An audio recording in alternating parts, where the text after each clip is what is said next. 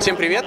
У нас в гостях Альберто Мартинез, владелец, основатель компании Flex Solutions, которая базируется здесь, в Испании, где мы находимся на Mobile World Congress.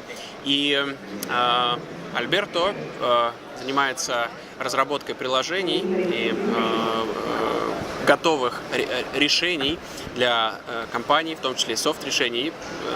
Альберто является тем человеком, чья компания разрабатывала очень известное лингвистическое приложение Busuu для iPad iOS.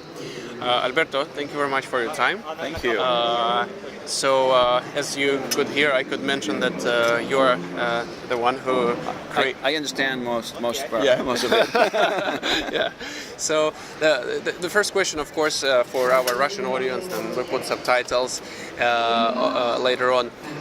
Can you share a little bit about your background, like when you started, how you started with your company, and what is your core business? Okay. We started in 2003, so it was actually last week. It was 10 years ago when my partner and me decided to create our company. And my background is I studied computer science, and me and my partner are passionate about technology. We've been like that since we were little.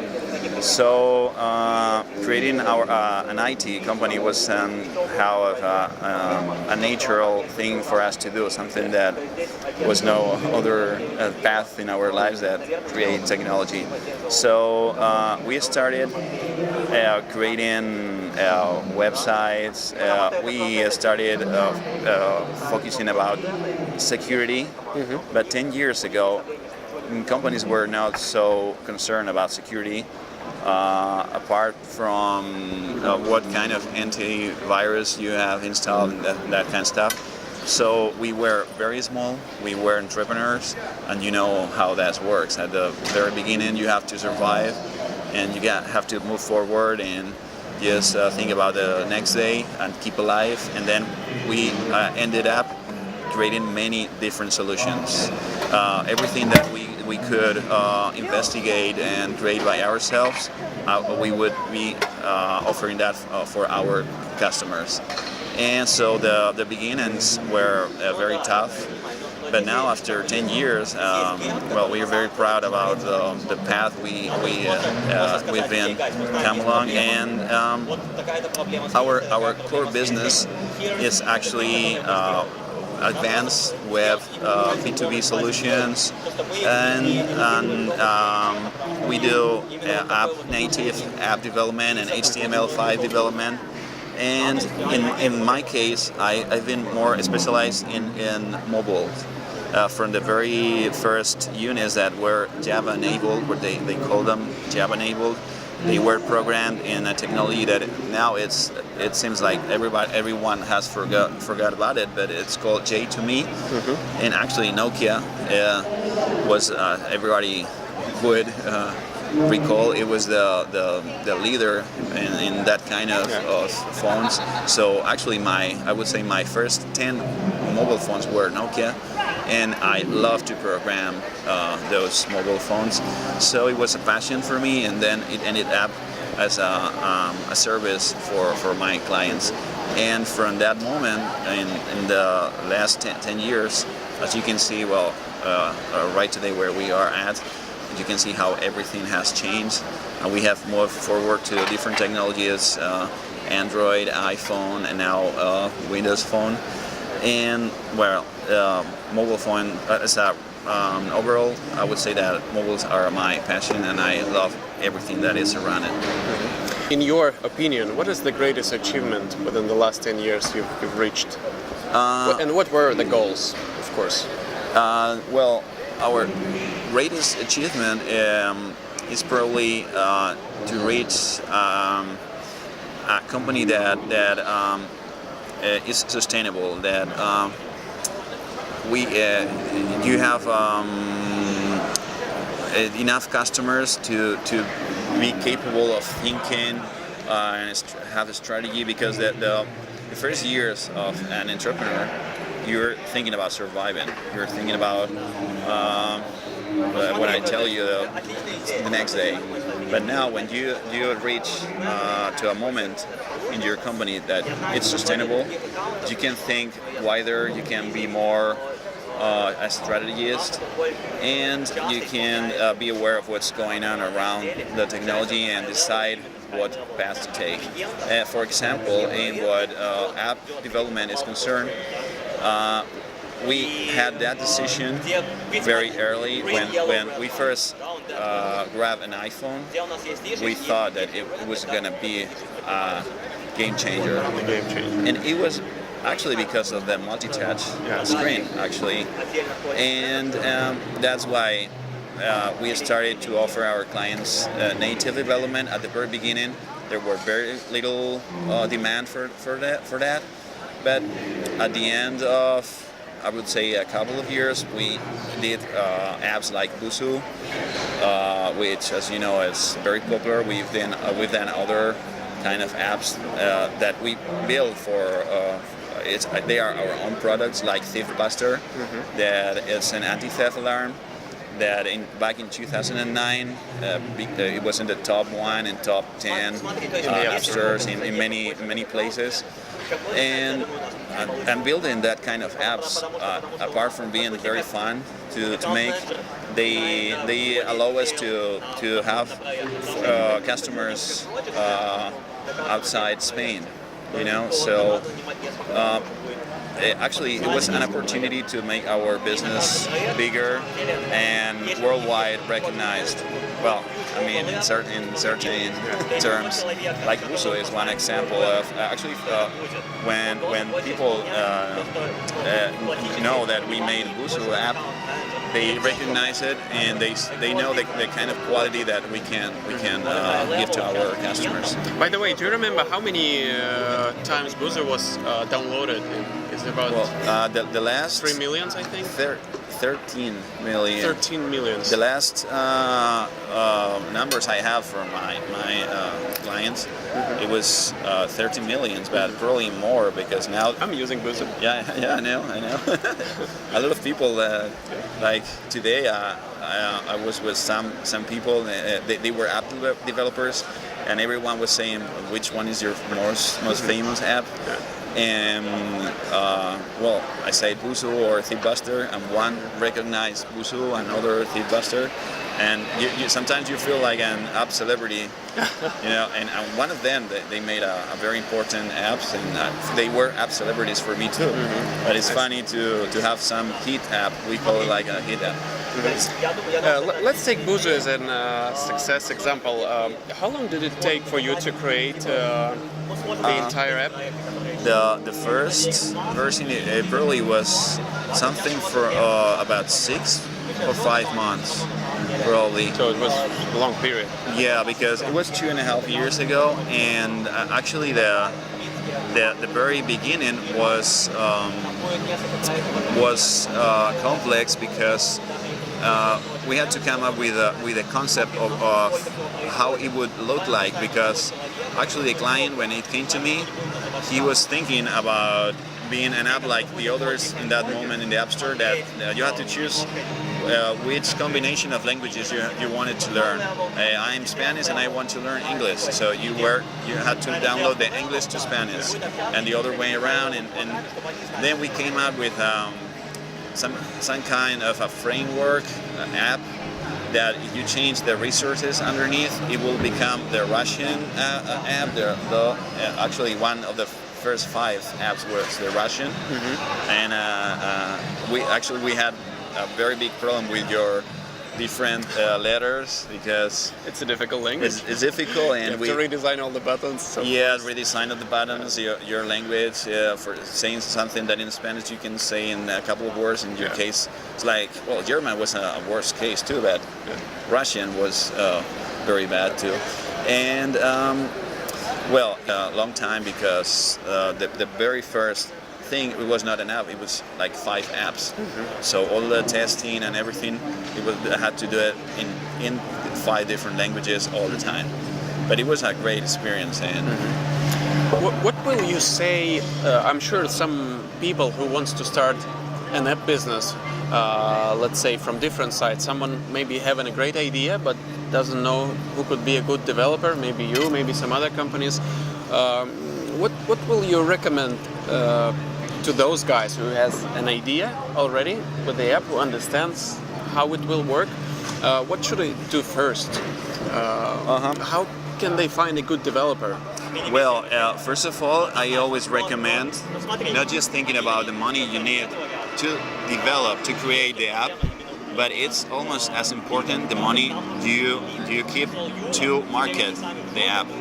Okay, back in 2009 when we got to the tops, there were like about, I would say, 200,000 apps in the App Store.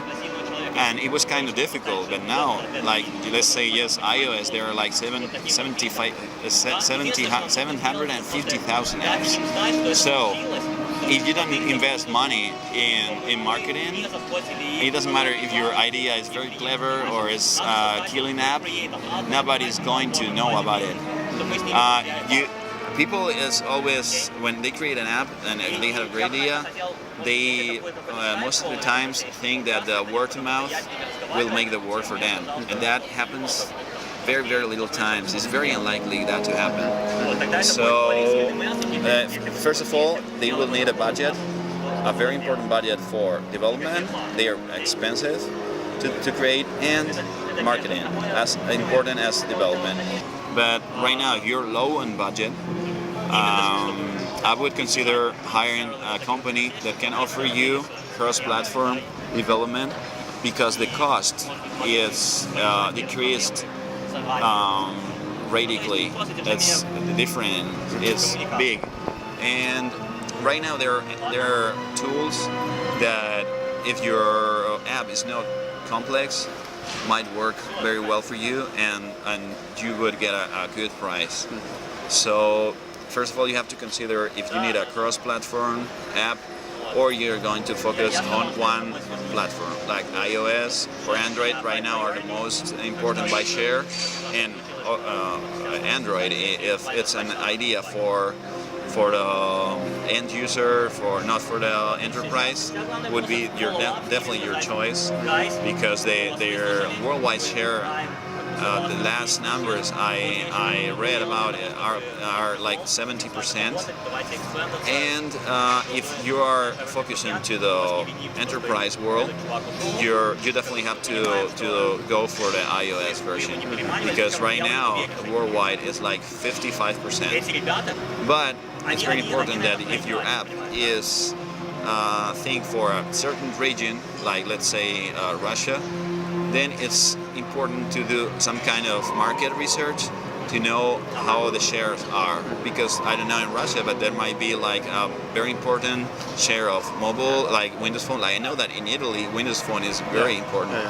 So if you're in Italy, you probably want to target Windows Phone, but in the United States, no. So that's a very important research to do, and it's very easy to do. You don't need to hire a Gartner or anything. You can just research, and they're very full, comprehensive studies. I would say every 4 or 3 months, they are free, and they tell you about all the Windows, all the mobile trends in the world, and by region, by kind of app. That's another thing that you should be aware of, because you need to know if you need to know your competitors, and if there is an app that is doing already your idea, and there is, of course you have to improve it and think if it is worth it, and if not, you have to think if it's something it's a great idea, or it's a very tiny niche that you won't probably make any money out of it. Let's say if someone popped up with an application ready, and the application is not a juice, it's not a phone or a real product, right? It's something online. So what are the top 3 or top 5 marketing channels? Because you said as marketing, an application is very, very important, not only create a good app. So what your vision on what are the marketing channels for applications, whether it's Facebook or I don't know, magazines, TV, radio? What is the best solution? And of course, at the beginning, let's say a saving budget solution, most effective solution. What do you think? Probably Facebook is the better way to reach a big audience. I would say definitely it would be Facebook. There are right now, for example, if you're targeting, if you're technically your solution is based in HTML5, which is very popular and going app. Definitely, everybody wants to create HTML5 rich interfaces, rich games. And here at the Congress, I've been very interested in that technology. I've seen many companies that are offering you not only their engines and the tools to create HTML5 based apps, or well, mostly apps, but also online, not just for the iPhone or mobile phones. And they are not offering just that. They're offering you like a kind of a marketplace to monetize it. But in my opinion, they are still way too small and probably not interesting.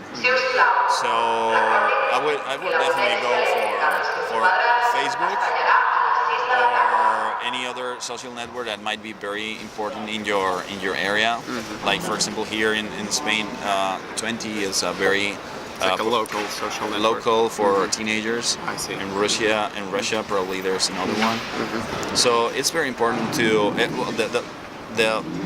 actually, when I always tell my customers when they come to me with a big idea, the users, the first users is the really the hardest part of it. Mm-hmm. Even if it doesn't matter, you have a great idea.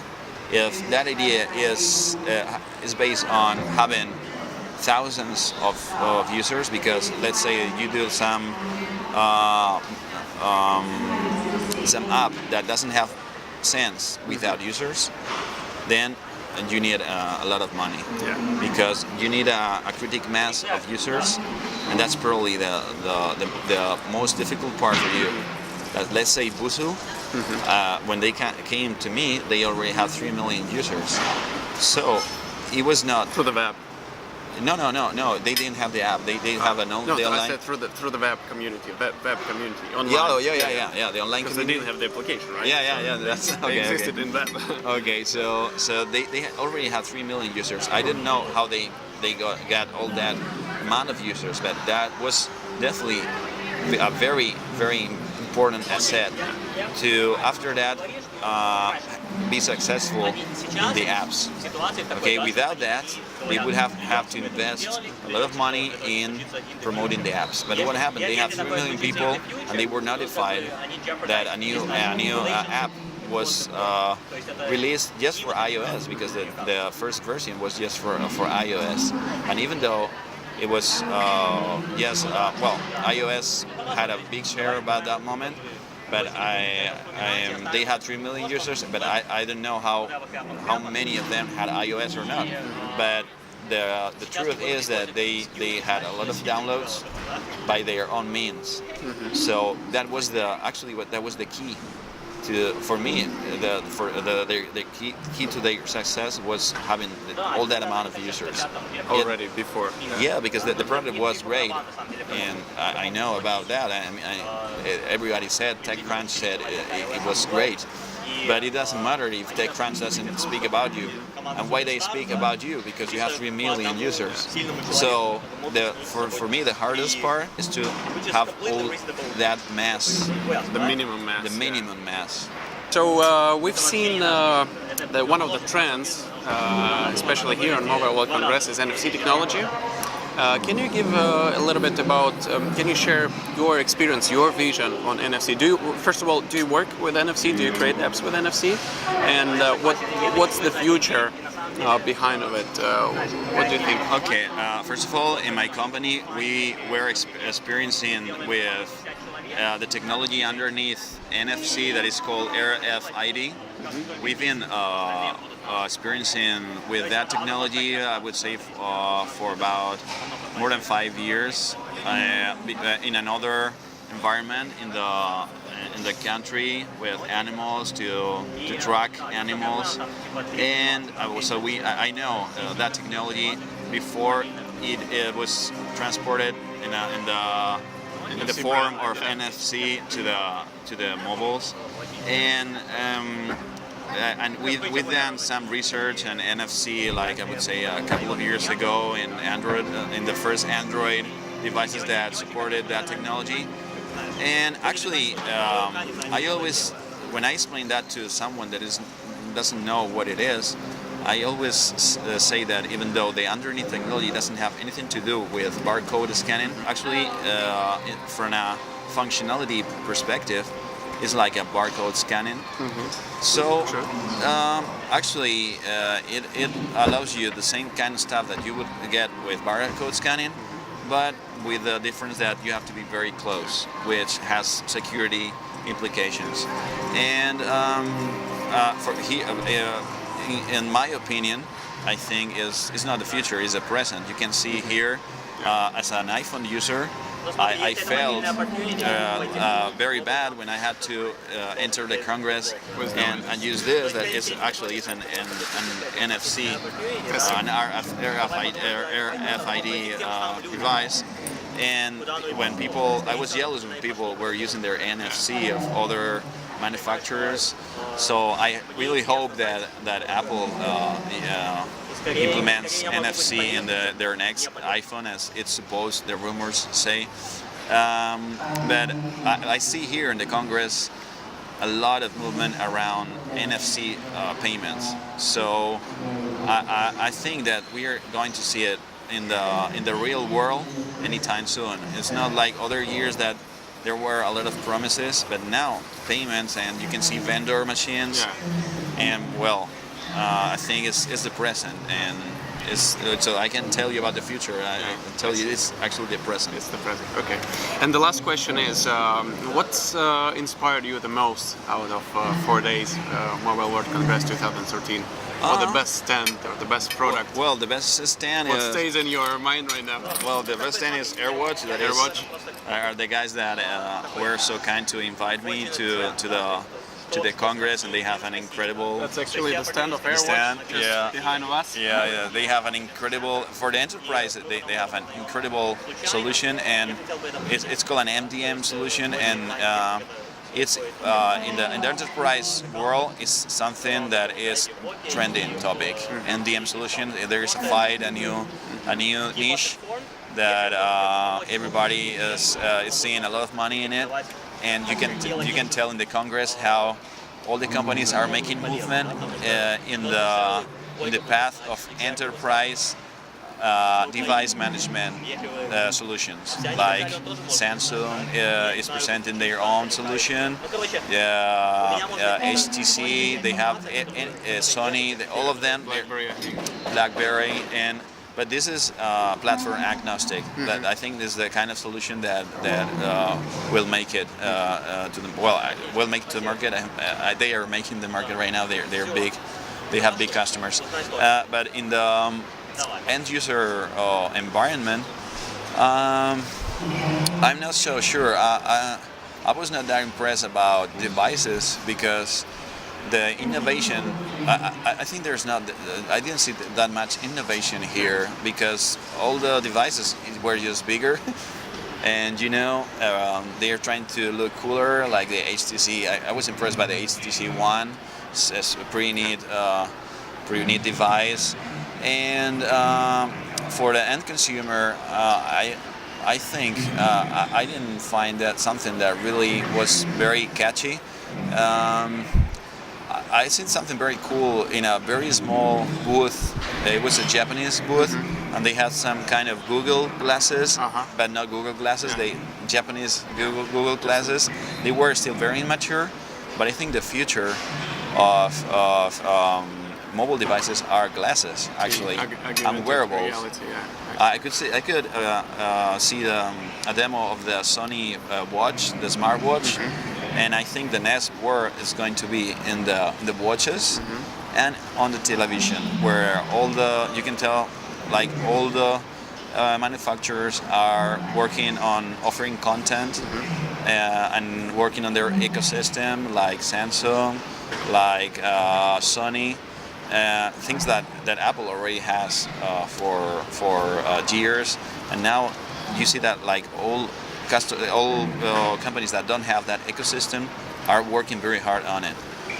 And I would say that would be the most thing that impressed me. And if I had to say the opposite, the things that I was disappointed with, Firefox OS, they have a cool booth, but it's something that doesn't add anything new to the scenario. So, Okay, thank you very much for your very time. welcome. Thank you. So thank you for sharing all this exciting information. Дорогие друзья, на этом заканчивается Mobile World Congress, день 4. Как вы видите, выставка подошла к концу, и на этой позитивной нотке мы отправляемся домой.